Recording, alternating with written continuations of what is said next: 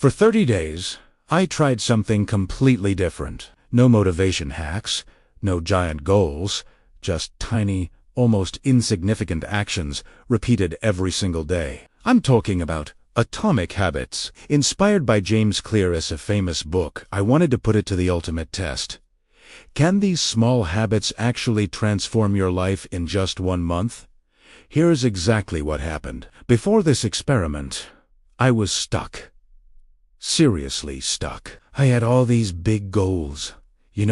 Get fit, read more, learn a new skill. But I had zero consistency. I would start something with a huge burst of energy, go all in for a week, maybe 10 days, and then just fizzle out. If you've ever been there, you know that frustrating cycle of starting and stopping. It feels like you're just spinning your wheels. So I decided to stop just reading about self-improvement and start living it. I was going to test the Atomic Habits method myself, not by rereading the book, but by becoming a human guinea pig. The first step was to pick just one area to focus on. Trying to change everything at once is a recipe for disaster.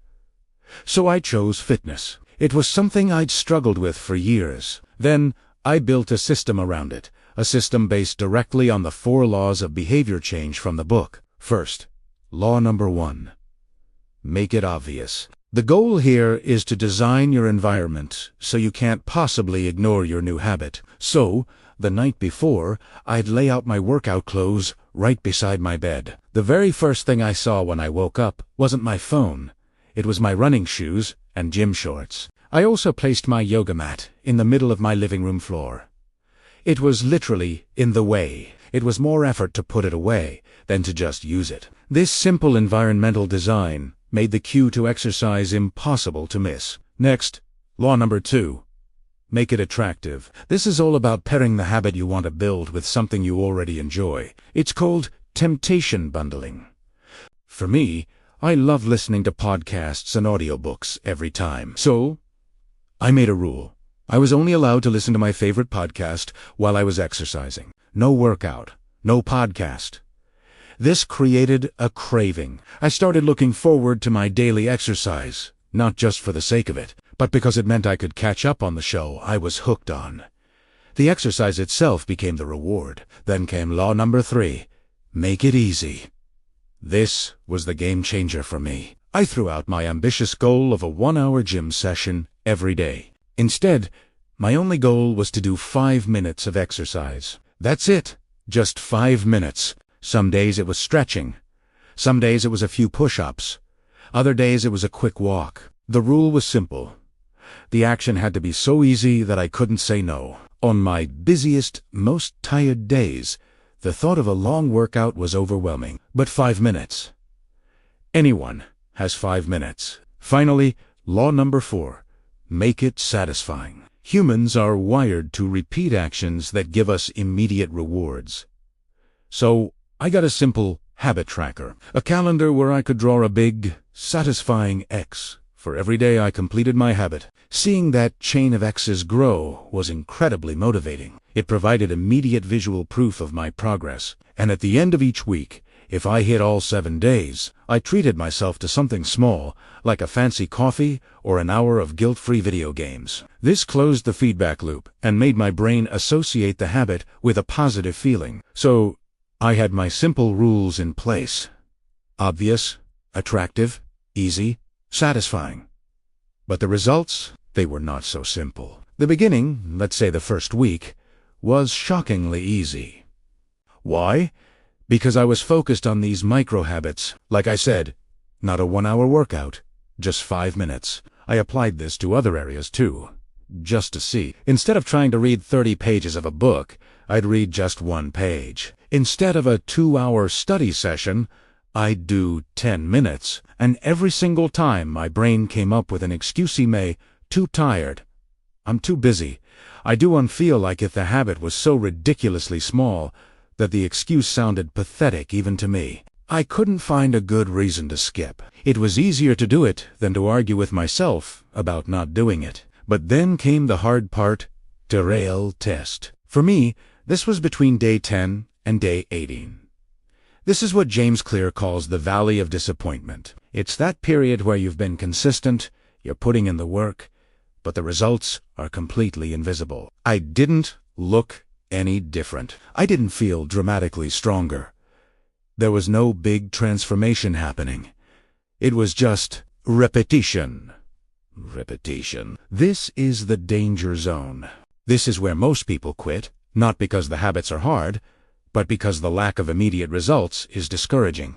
But that's where the book's core message really hit me. You do not rise to the level of your goals. You fall to the level of your systems. My goal to get fit was irrelevant at this point. What mattered was my system. The clothes laid out. The podcast waiting for me. The 5-minute rule. The X on my calendar. My system was designed to withstand a lack of motivation. It carried me through the dip when my willpower was low. I wasn't relying on feeling good. I was relying on the process. And then, around day 20, something shifted. It wasn't a sudden burst of lightning or anything dramatic. It was subtle. I woke up and just did the habit. I didn't have to think about it. I didn't have to bargain with myself. It became automatic, almost like brushing my teeth. I stopped seeing it as a choice and started seeing it as just part of my morning. This is where the real magic started to happen. My mood throughout the day was noticeably better. That small morning accomplishment set a positive tone for everything that followed. My discipline in other areas of my life became stronger. Saying no to junk food felt easier. Focusing on work felt more natural. But the biggest change was my identity. I went from someone who was trying to exercise to someone who is a person who exercises. The thought process changed from I should work out to I am someone who does unmiss workouts. That shift from action-based goals to identity-based habits is the real power of this whole process. The results are a lagging measure of your identity. So if you want better results, you have to start by building a new identity, one small habit at a time. So, what actually happened after the full 30 days? What were the measurable results? Well, the transformation had definitely begun. My motivation was consistently higher. My energy levels, especially in the afternoon, were way up. My focus was sharper. And most importantly, I had built a real, durable sense of consistency. And it wasn't because I magically became a more disciplined person overnight. It was because I made the habit too easy to avoid. I engineered my own success. So, did Atomic Habits completely change my life in 30 days? No, not in the way you might see in a movie montage. I didn't suddenly get a six-pack or become a marathon runner, but they changed something far more important: my trajectory, my path forward. The habits themselves were small, almost invisible day-to-day, but the long-term impact of that new trajectory is exponential. Imagine a plane changing its course by just 1 degree. Over a few minutes, you wouldn't notice. But over a flight from Los Angeles to New York, you'd end up in a completely different city. That's what this feels like. If you feel stuck, unmotivated, or inconsistent, my advice is this: stop trying to make huge leaps. Start tiny. Pick one thing. Make it obvious, attractive, easy, and satisfying. Stay consistent, even when it feels pointless, and let time and compounding do the heavy lifting for you. If you want me to try another self-improvement method or challenge for 30 days, drop your ideas in the comments below. I'd love to see what you suggest. And remember, big changes don't start big. They start atomic. If you found this helpful, consider subscribing for more tools and experiments to help improve your mindset and your life. Thanks for watching.